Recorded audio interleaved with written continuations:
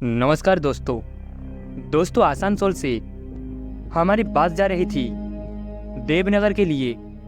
ये लगभग 200 किलोमीटर का लंबा सफ़र तय करना था।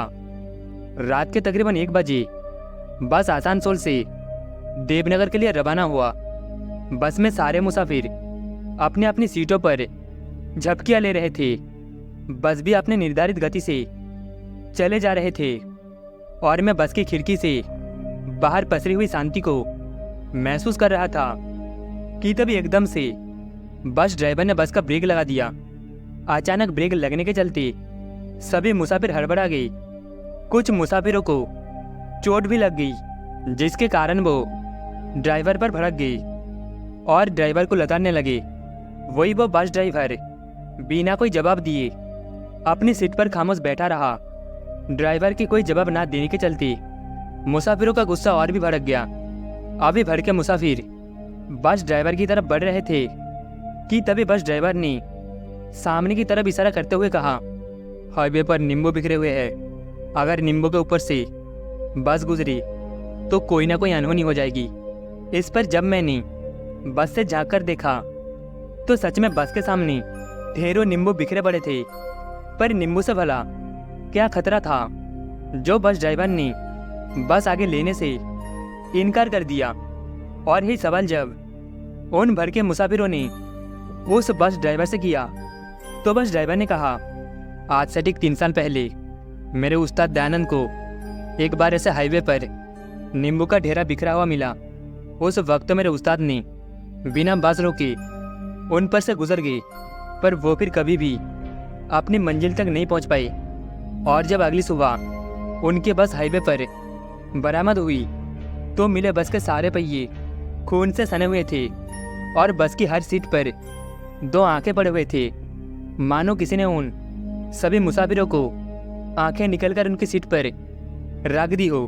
बस ड्राइवर का ये खौफनाक किस्सा सुनकर ज़्यादातर बस के मुसाफिर बुरी तरह से डर गए थे, मगर बस में अभी भी उन लोगों की तादाद बहुत ही ज़्यादा थी जो इस किस्से से जरा भी नहीं डरे और बस ड्राइवर को धमकाते बोले, अरे भाई, हमें तूने क्या गधा समझा है जो तेरी झूठी कहानी में आ जाएंगे?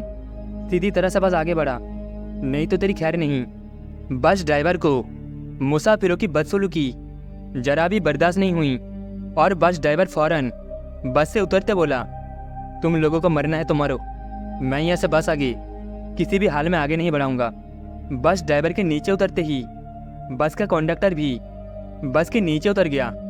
बस ड्राइवर और कंडक्टर के बस से उतरते ही भर के मुसाफिर तिलमिला उठा और ड्राइवर कंडक्टर को सबक सिखाने के लिए एक मुसाफिर जो सबसे ज़्यादा तिलमिला हुआ था जाकर ड्राइविंग सीट पर बैठ गया।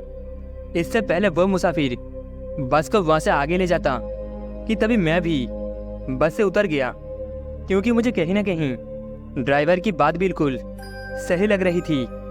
और मेरे उतरते ही वो मुसाफिर बस ड्राइवर को बोला, अब ये बस देवनगर डिपो पर ही जाकर रुकेगी। और ये बोलते हुए बस वहाँ से लेकर चला गया। बस अभी वहाँ से गुजरे ही थे कि तभी बस का कंडक्टर चीखते बोला, कौन कौन? फिर जब मैंने उस ओर देखा जिस ओर कंडक्टर देख रहा था तो मैंने पाया कि हाईवे पर जहाँ पहले नींबू बिखरे हुए थे अब वहाँ खून ही खून फैला हुआ है। दरअसल जिन नींबू को बस कुचलते गुजरे थे वो सभी कुचले नींबू लाल हो गए थे, यानी कि वो खून की तरह हो गए थे। ये देखकर मुझे बस ड्राइवर की बात पर अब यकीन हो गया था कि जो भी उसने कहा था वो बिल्कुल सच था, और जिसका साफ मतलब था कि बस में बैठे सभी मुसाफिरों की जान अब खतरे में है। अभी मेरे दिमाग में यही सब चल रहा था कि तभी बस का ड्राइवर चल पड़ा जिस ओर बस गई थी। बस ड्राइवर को बस की ओर जाता देख मैंने रोकने की कोशिश भी की, पर वो नहीं रुका। और जब बस का कंडक्टर भी बस ड्राइवर के पीछे चल पड़ा तो मैं भी मजबूरन उनके पीछे पीछे जाने लगा। अब मैं उन दोनों के पीछे जा रहा था कि तभी बस ड्राइवर ने चेतावनी देते कहा, ध्यान रहे इन नींबू पर पैर न पड़े। और उसके कहते में और बस का कंडक्टर चौकन्ना हो गई और बड़े ध्यान से नींबू से अपना पैर बचाते हुए आगे की तरफ बढ़ने लगा। फिर कुछ देर में हम लोग उस एरिया से बाहर निकल गए जहाँ पर नींबू बिखरे पड़े थे, पर बस का ड्राइवर अभी भी आगे और आगे ही चलता जा रहा था, क्योंकि मुझे नहीं पता था कि इन हालातों में क्या करना चाहिए और क्या नहीं। इसीलिए मेरे पास सिवाय उस बस ड्राइवर के पीछे जाने के अलावा कोई दूसरा विकल्प नहीं था। आखिर सबल जाने की थी, ऐसे में छोटी सी भूल भी गले के फांस बन जाती। इस वक्त सिर्फ बस ड्राइवर था जिसे मालूम था कि आगे क्या करना है। खैर अभी मैं बस ड्राइवर और कंडक्टर के पीछे जा रहा था कि तभी मैंने नोटिस किया सड़क पर पैरों के निशान है जो खून से बने हुए थे। फिर जब मैंने आगे की ओर देखा तो मैंने पाया कि वो कदमों के निशान किसी और के नहीं बल्कि कंडक्टर के पैरों के निशान है। अभी मैं कंडक्टर को ये बात बताने वाला था कि तभी वो धड़ाम से सड़क पर गिर पड़ा। कंडक्टर के गिरते ही मैं उसके तरफ दौड़ा और जब मैं उसके पास पहुंचा तो तब तक वो बेहोश हो चुका था। अभी मैंने फौरन ही पलटकर ड्राइवर को आवाज़ लगाने के लिए मैं पलटा तो तब तक ड्राइवर उस अंधेरे में मेरे आंखों के दायरे से ओझल हो गया। फिर मैंने जोर जोर से ड्राइवर को पुकारा भी, पर ड्राइवर ना तो लौट कर आया और ना ही उसने पलटकर आवाज़ दी। अब मुझे समझ में नहीं आ रहा था कि मैं यहीं पर कंडक्टर के पास बैठा ड्राइवर के लौटने का इंतज़ार करूं या फिर कंडक्टर को यही छोड़कर ड्राइवर को खोजने जाऊं।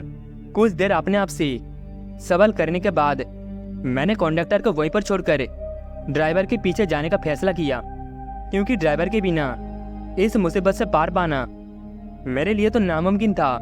लिहाजा मैं उठा और ड्राइवर को आवाज़ देते हुए उस ओर दौड़ पड़ा जिधर ड्राइवर गया था। पर जब मैं दौड़ते दौड़ते काफ़ी दूर चला आया तो मुझे ड्राइवर तो नहीं मिला, पर वो बस ज़रूर नज़र आई जिससे हम उतरे थे। हालांकि मैं उस बस से अभी भी काफ़ी दूर था, पर इसका बावजूद एक अजीब सी घबराहट महसूस होने लगा। मेरे पैर अब ना तो आगे बढ़ रहे थे और ना ही पीछे। उस वक्त मैं एक अजीब सी मनोदशा में फंस गया था जहां मेरा दिमाग कुछ भी तय नहीं कर पा रहा था। अभी मैं किसी पुतले के भांति वहाँ पर खड़ा उस बस की ओर टकटकी लगाई देखे जा रहा था कि तभी वो बस जोरों से हिलने लगी और देखते ही देखते वहाँ पर लोगों की चीख गूंजने लगी। ये चीखें उस बस से आ रहे थे, मतलब कि बस में सवार सभी मुसाफिर पूरी तरह से खतरे में थे। फिर कुछ देर के बाद वो चीखें आना भी बंद हो गई और बस से एक एक करके सभी मुसाफिर नीचे उतरने लगे। वो सारे मुसाफिर जो बस से उतरे थे अब उन सभी के गर्दनें नीचे की तरफ झुके हुए थे। बस से उतरने के बाद वो सारे मुसाफिर एक गोले में खड़े हो गई। अभी मेरी नजरें उन्हीं मुसाफिरों पर थी कि तभी अचानक पीछे से किसी ने मेरा गर्दन दबोच ली और धकेलते हुए मुझे आगे की तरफ लेकर जाने लगा। मेरे लिए हैरानी वाली बात तो ये थी कि अभी भी मैं अपने लिए कुछ कर नहीं पा रहा था।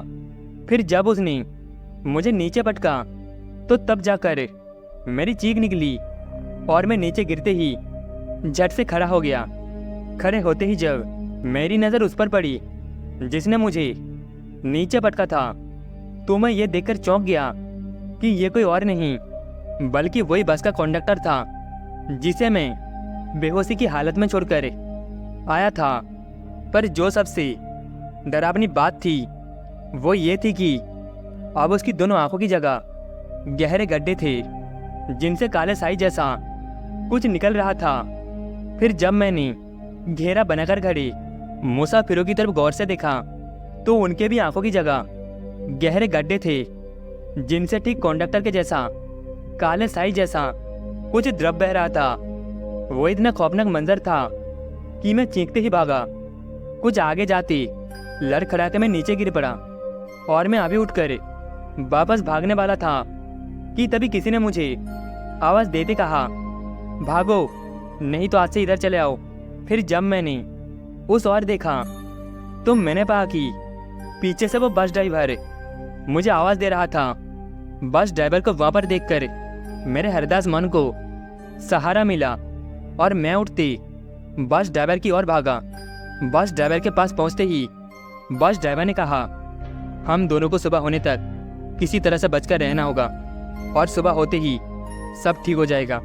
उस ड्राइवर के कहे अनुसार मैं और ड्राइवर वही पेड़ के पीछे छिप गई। सुबह होते ही जब मैंने हाईवे की ओर देखा तो वहाँ पर कुछ भी नहीं था, और जब मैं बस में झांका तो बस में हर जगह खून ही खून फैला हुआ था और सीट पर किसी की लाश भी नहीं थी। सारे के सारे मुसाफिर वहाँ से गायब हो चुके थे। इसके बाद वहाँ से मैंने बस ड्राइवर का साथ छोड़ दिया और अकेले अपने रास्ते चल दिया। दोस्तों, उस रात जो कुछ भी हुआ वो बहुत ही भयानक था। आखिर उन नींबुओं को कौन हाईवे पर यूं ही फेंक जाता है, और आखिर वो लोग क्यों नहीं मिलते जिनकी गाड़ियों को रौंदती हुई गुजर जाती है? ये सभी सवाल मेरे जहन में आज भी जो के तो बने हुए थे। तो दोस्तों, इस कहानी में बस इतना ही। कहानी आपको कैसी लगी कमेंट में बताना। कहानी आपको अच्छी लगी हो तो वीडियो को एक लाइक एंड चैनल को सब्सक्राइब जरूर से कर देना। मिलते हैं अगली कहानी में।